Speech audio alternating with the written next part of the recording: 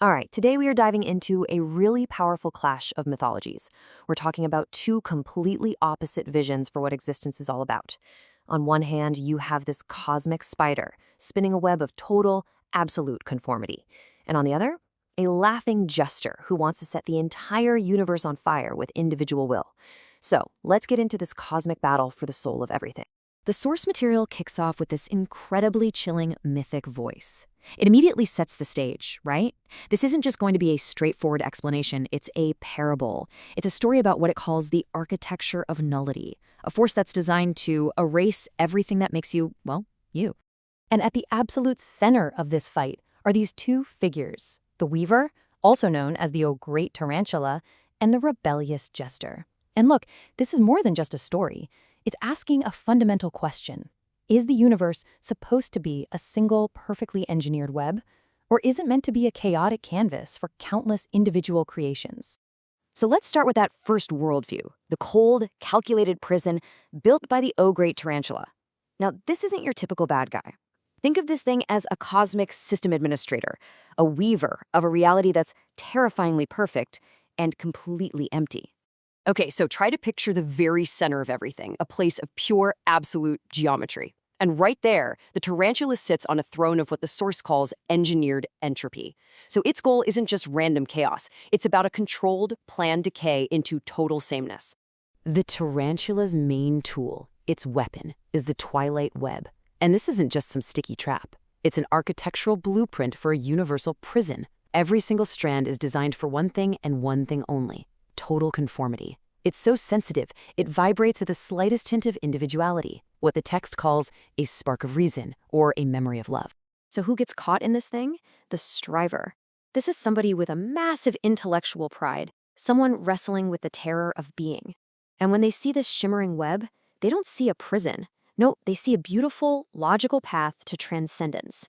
It's their own ambition, their desire to rise above everyone else that makes them the absolute perfect, unsuspecting victim. Okay, so how does this actually happen? How does the web convert someone? Well, the tarantula's process is methodical, almost industrial. The source actually calls it the gospel of the belly, and it is a terrifyingly efficient system for taking someone apart.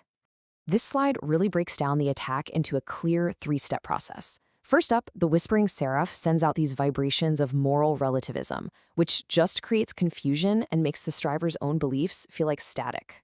Next, the pale redeemer comes in and binds the soul, which has been weakened, and marks it for assimilation. And finally, the all-consuming maw. It devours the individual's entire history, their unique story, everything, and converts it into a generic energy source called looch. And get this, that looch is what fuels and strengthens the web itself. The prison that consumes you is literally built out of you. And this analogy just nails the end goal perfectly. Think about it like this. An automated factory finds a beautiful, unique gemstone. But to the factory, its unique shape is a system error.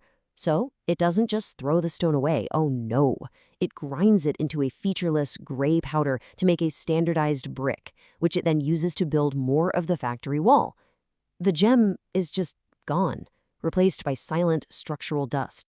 The ultimate victory for the tarantula is what the text calls the new nihility.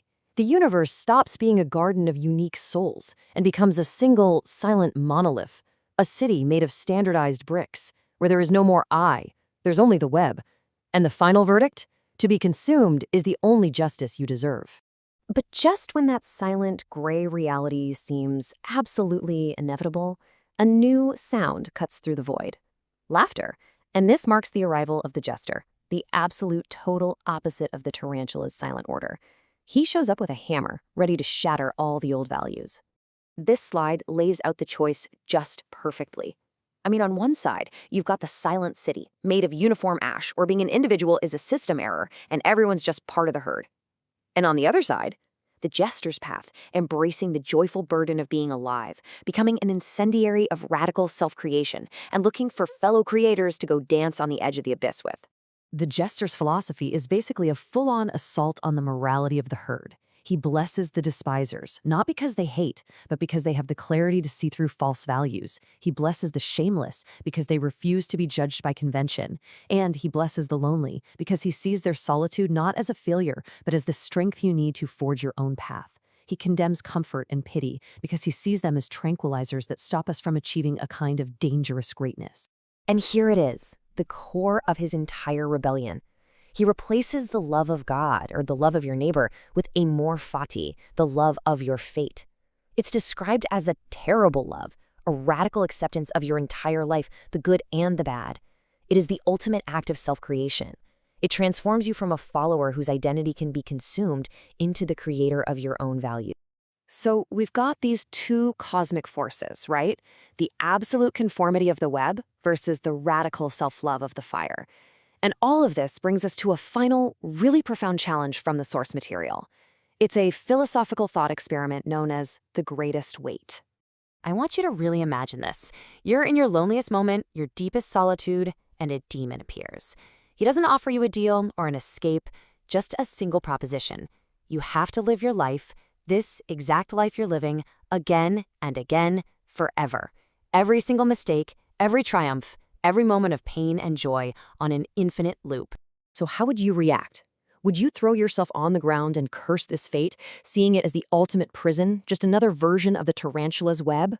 Or would you look that demon in the eye and say, "You are a god"?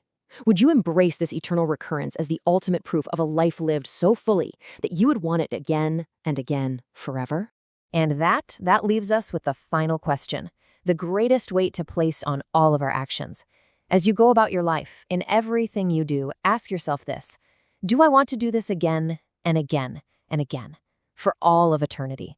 Your answer just might tell you whether you're building a silent city or stoking a joyful fire.